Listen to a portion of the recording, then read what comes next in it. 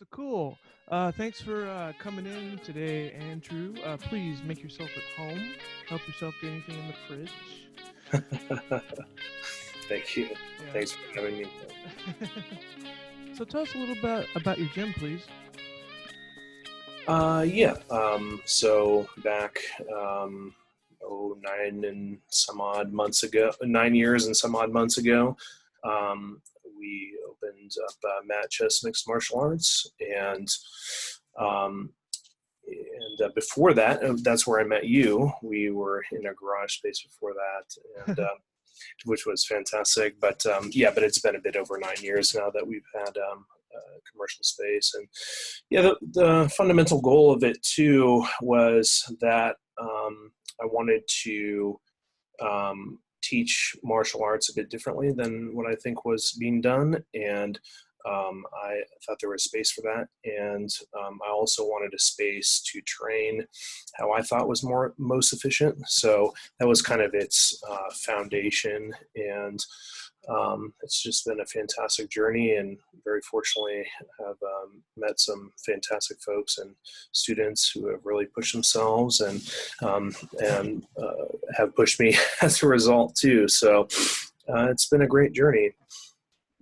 Yeah, nice. I mean, that's one thing I really noticed. Like, I think at that time, I think when I met you it was about 2008, and compared to what we know now about mixed martial arts and jujitsu, it's kind of like the Stone Age in my opinion, just like what we know. And like, if you had a good teacher back then in 2008, you were pretty freaking lucky, I think, because it's like a hard combination of somebody that knows how to, you know, compete and work well and can actually like teach you what you need to know.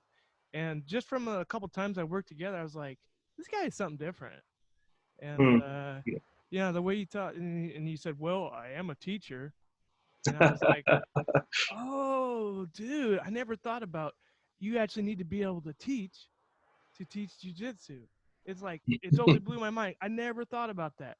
I always Mm. thought, oh, maybe I didn't like, maybe I should run more, or maybe I should do more reps of this arm bar or whatever. But um, I liked how you kind of actually like, let's do it with some resistance and do some situations. And I was like, yeah, because when I roll, it never freaking happens like that, you Hmm. know? Yeah, yeah.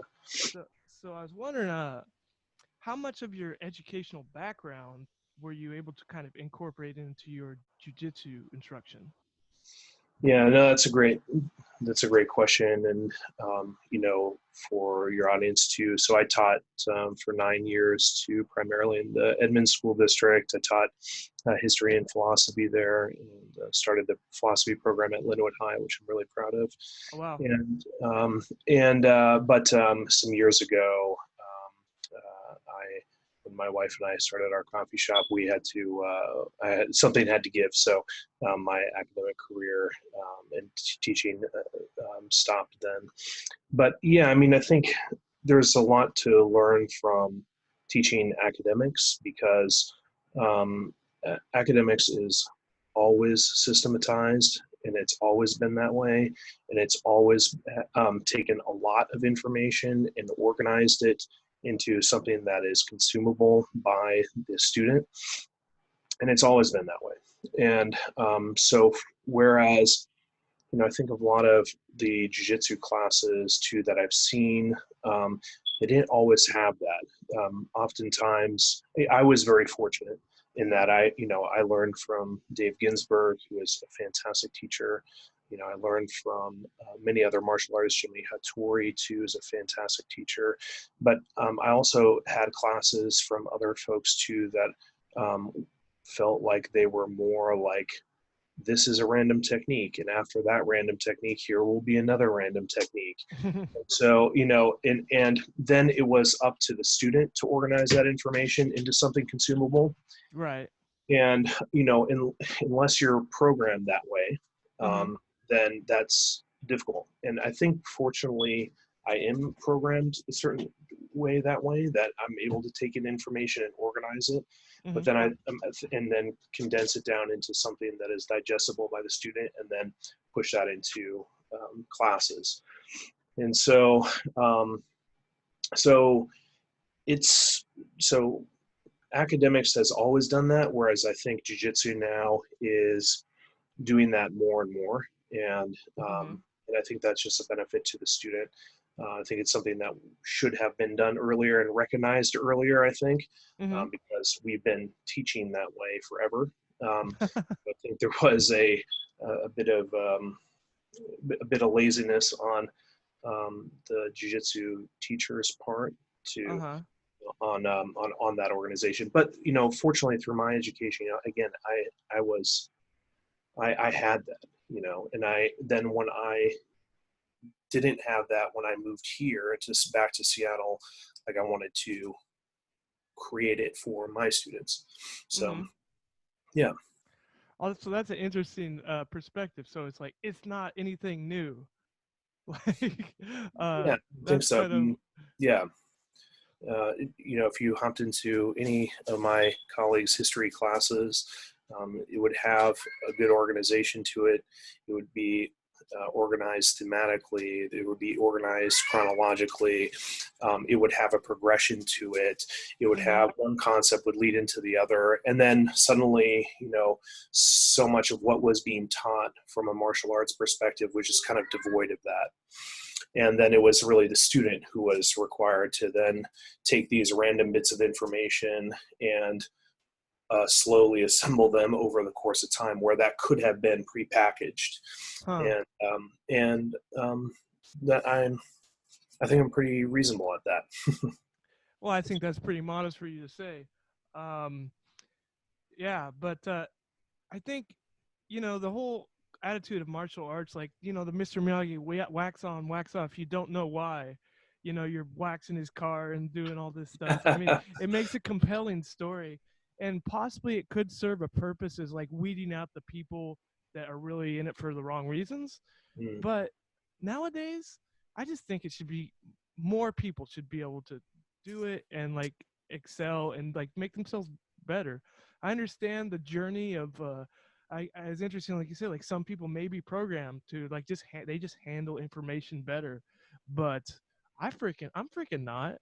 I take forever to learn stuff. I learn almost completely by accident. So if somebody can like arrange like a mm, structured plan, but still have the flexibility to kind of know who I am, that is something like really amazing. And I don't think you see a lot of that. I think mm. it's becoming a little bit more prevalent. I think because of how much we share stuff, but I still think it's pretty rare. Yeah, yeah, absolutely. But I think it's becoming more common now that I think people I think before there were fewer options too that students had, and Hmm. now there are more, and that just leads to people needing to take their craft, I think, just more seriously too. Okay. So how is your like training, or at least how you teach, what you expect of your students, or what they expect of you? Has any of that changed like in the past 10 years? Um, I mean, so I think my gym is pretty unique in that we have a real wide range of students too. So we have people who compete and compete at a world level, and especially in Brazilian Jiu-Jitsu. But then we also have people who are just hobbyists and that enjoy training and that's what they want to do. And we have people that just came in that are uncertain about even what it is, and they try it out for the first day. So that model of a wide range of students has been ever present throughout the gym, and um, so in that sense, you know, student expectations I don't think have really changed. I mean, student knowledge most certainly has. I mean, when I started this back in 2011, it was myself and then I had a blue belt student, and then a bunch of white belts, and Mm-hmm. And so that's just very different than now, where, we have some incredibly high level people. And, we have Sean Weisenberg, who's incredible, just received his black belt, incredible competitor, incredible, beautiful jiu-jitsu. We have my wife, Sen, who is an incredible leg lock player, incredible pressure game. We have Jerry, who has a very unique turtle game. That's and has great top pressure too, and can play really quick and explosive. We have Noah, who has unbelievable base, and incredible butterfly guard. We have Katie, who has a fantastic butterfly player, top pressure player. Clay, who is now on a bit of a sabbatical. He's paragliding, who's a Okay, fantastic. that's something like not you hear every day. Oh, he's just Yeah, no, paragliding. he's a You know fantastic that dude. person. He's got a paraglide. But he's got just a really dynamic grip game too. A good speed pass, good pressure pass game. We have Bruce, who's an amazing leg lock player too. I mean, we just have these are just the brown and black belts that we have, and when you compare what we have now to what we had then, it's very different. And so, in that sense, my role as a teacher obviously has changed over the course of that time, but we still have that influx of students that are new too. Mm-hmm. So in that sense, it has remained, but the same. But obviously, the needs of those high level students I just talked about to it's just different. They need refinement. They need small details. They need little refinements on the games that they do. Mm-hmm. And those games they're far more expert at than I am too. Hmm. And because they have refined them so much more than what I ever could to. I have my core game that I'm hyper refined at, but Mm-hmm. they have a game that they are too. So, so my role there is definitely adapted over time, and but I still have the teaching the mass movement part to new students as well, and then I have more high level students that have different needs. That's awesome. Like, cause at least far as I remember, a lot of times like, oh, this one gym, they're just like a leg lock gym, or they're just like a traditional jujitsu gym. They'll just do like close guard and like, yeah, there's like, it's so great that like you're so excited about each one of your independent students like skills. Not like, oh, that leg lock game is bullcrap. You need to learn some like good fundamental guard or whatever. I mean, I'm assuming they do have fundamentals, but where they excel, it seems like you're encouraging them to go in different directions. Oh yeah, that's a big. So it's kind of my view um, of the belt system, and my view of learning anything, jiu-jitsu included, is kind of follows that same path, which is like white belt is going white to blue, in my view, is going from ignorance to kind of knowing everything to becoming the library. So to put Mm-hmm. that in academic sense, is where you do your literature reviews, where you read everything, where you have to know all the movements of Hmm. shit. It doesn't mean you need to be hyper refined in any of them, but Ah. you know everything. Going from white to blue, you should, in my view, you go from knowing nothing to knowing all the moves. And there's nothing, I feel like there's no movements that a blue belt that I know that a blue belt doesn't. But then, in my view, going from blue to purple is then that's where you start to become a specialist. And Huh. um, for me, that specialization was, at that time I was a butterfly player, and an omoplata player, and a pressure player. Well, today I am a butterfly and some half guard and some one butter player and an omoplata player and a pressure player. So, Okay. that core has remained for 10 years now Oh wow. for me. So, but then when I look at my students too, that specialization, that purple belt specialization, um, has to be unique to them. They can't just like adapt to my style and be like, okay, I'm going to force this to work. So, I have, I have fantastic students who have very different specializations than me. Mm-hmm. Kyle, for example, one of my students, Kyle, is purple belt, fantastic leg lock player. My wife, Sen, is a leg lock player too, amongst other things. We have another student, Bruce, is again another leg lock player. Like legs have not been a primary focus of my game.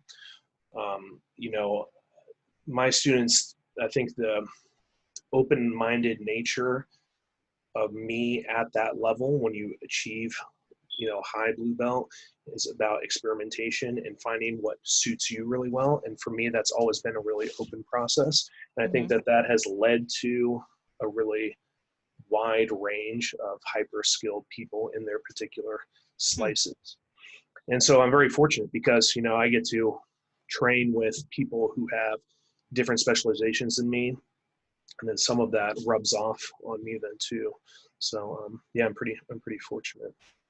Hmm.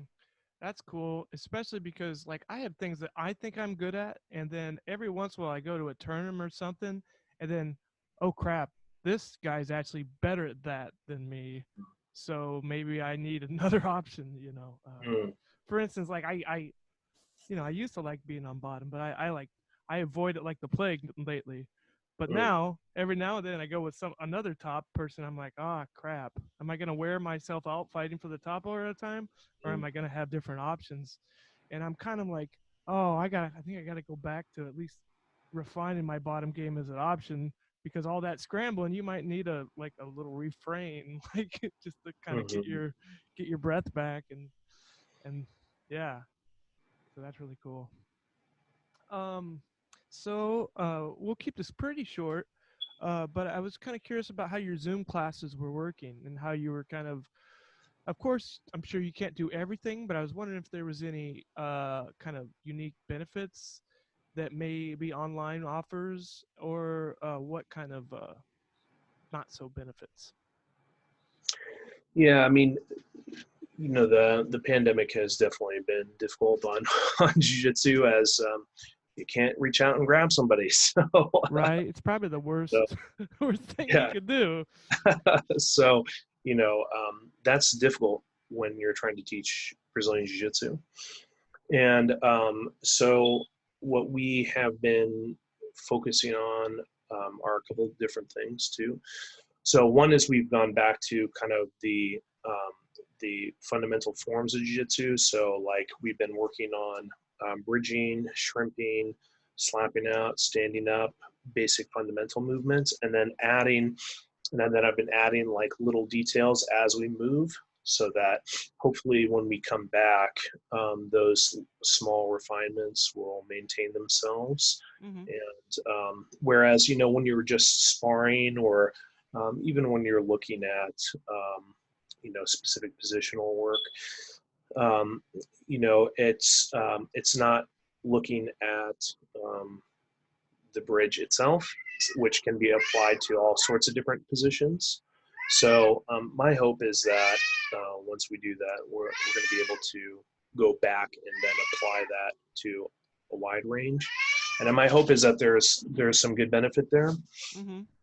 The other part too is we've been looking at uh, what I a segment. We're doing Zoom in 1 hour classes. My cat who always needs pets. Um, so we've been looking at trying to do an hour class through Zoom, which I think is pretty unique Hmm. in 20-minute segments to try to keep the interest and the pacing correct. Hmm. I think otherwise it gets a bit stale. And so, um, one of the segments in there that I've been teaching to is boxing for jiu-jitsu nerds. Boxing And for jujitsu nerds. Huh. yeah, yeah. And I think, with the goal is, we have there's a lot of talk about jiu-jitsu losing its self-defense practicality. Oh. And Mm-hmm. so, I wanted to take some time while we're not able to grab onto someone and look at, okay, how do we feel a bit more comfortable on the feet? How do we force clinches and force takedown opportunities, Ah, okay. using boxing and also ringsmanship to be able to pin someone, cut off the ring, pin someone. Mm-hmm. And it's always been my belief that um, once on the ground, once Yeah. on the ground, if you've been training jiu-jitsu for a year, someone new is going to be very easy to control unless they're exceptionally athletic. Yeah. But getting there, meaning wrestling, judo, and also getting to those wrestling and judo positions, meaning Ah, if you Muay don't Thai, get boxing, there. Yeah. is the real self-defense part in my view. I've Yeah. always I've always felt that the self-defense as like, if someone grabs your shirt, you do this, And it was always works, right? legitimate. It always works, or I wouldn't teach you that. Grab me this way, not this way, you idiot. Your Yeah, back's good. yeah. I always felt that was a bit disingenuous, but so I wanted to look at, okay, how do we look at boxing footwork that is there to close a distance, Mm-hmm. cut off the ring, close a distance, force clinching, force wrestling shots. And so we're kind of working from the ground, meaning, zero, just Mm-hmm. basic stance work, all the way up to combining boxing strikes with shooting, boxing strikes with clinching, Mm-hmm. work that's necessary to get there. So that's been a focus of the class as well. And yeah, that's something that maybe we wouldn't have focused as much on if Mm-hmm. we were in a class where we could grab onto one another. Right. But so in that sense, it's a benefit, I suppose. And I hope students find it of use. Well, you can't deny the dynamic of grabbing and hitting. I mean, that's why you see crazy stuff like, I don't know, Kevin Randall been knocking out Mirko Krokop. Mm, Everybody's like, "Oh, he yep, must be a better kickboxer." It's like, no, that punch worked because Mirko Krokop was damned if he was going to get took down. yep, So he was yep. worried about that, and then the hand hit him. Hook. Yep, Yeah. yep, yep. So I mean, not saying you need to be at that level, but just take in consideration there are things to consider when you're getting hit. It doesn't change everything, but it changes a lot of things. Mhm. Yeah. Yeah, Um. so we've been working on that. We've been taking some time to work on some strength and conditioning and yoga stuff, which perhaps we wouldn't have been doing otherwise. So it's because we have to train differently. It's kind of forcing us to look at other things that we may have otherwise neglected. So in Mhm. that sense, it's a benefit. But yeah, I mean, you can't. Uh, um, I would never elect to teach a Brazilian Jiu-Jitsu class through Zoom if I had other Mhm. options. Right. but that said, there are valuable things to be doing, and our goal from the beginning of the gym is to provide students their maximum benefit for their tuition, and Mhm. so we're going to do that no matter the circumstances. Well, what I wonder is, assuming everything goes back to some level of normal, if now that all of us have gotten used to these online lessons, would it still be like a possible route kind of as a supplement? Like let's so say, oh, I can't make it to the gym today. Of course, that's the best thing to train, right? But Sure. can I just do a Zoom call? Would that be something that a lot of gyms or yourself might want to do, or do you think you just need to get back to just a gym? Yeah, it's an interesting thing. We had thought a while back too about, like, should we be recording classes, and maybe the fact that we're just more comfortable with the technology now too means it's an easier thing to do. Um, I think how I teach too is based on a weekly curriculum. So, if you miss a day, then you miss a portion of that. And we have a little review every day too. So, if you're coming in if you're coming in twice, 3 times a week, like you're getting a nice spectrum of that. But if you come in one day, like maybe you're not getting the full gamut of what we're doing, and maybe you're not getting the full strategy of what we're doing. And so, in that sense, having access to some online content may be of value, and maybe something that we do. But I think in my view, the real jiu-jitsu lies in the sensitivity. I mean, the fact that, as I said before, I'm of the view that a blue belt knows all the movements that I do. So if we look at that progression there of maybe, 8 years from blue to black, what is that progression then? It's, in my view, it's not learning mass movement. It's learning sensitivity and timing and pressure and tension and all of those things. And so those aspects are the only way you really have access to those things is through training with people live and with movement. And we can do some things and some memorization aspects now with Zoom, and we're doing that. But there will in my view, there will never be a replacement for live training, of course. Yeah. So I can't get my black belt on Zoom. Should ask Henry Gracie, not me, man. Oh man. So I was hoping you'd give me some easy answers, Andrew, but everything you're saying, like, it's a lot of hard work and practice. God. I know you should. I'm telling you, you should get her on here. I was totally willing to buy that snake oil out of the back of your truck, but then you had to like break it down for me and make it sound hard. I know. I'm sorry. Well, cool. I mean, since you got to go to a lesson, maybe we'll just wrap it up here. Is the cat still around?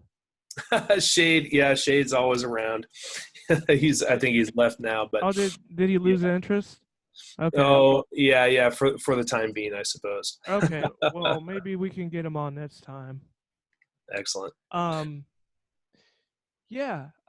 So is there anything that you wanted to mention, or? Well, how have you been? My gosh, I haven't seen you in like a decade. Yeah, by the way, I'm in Japan.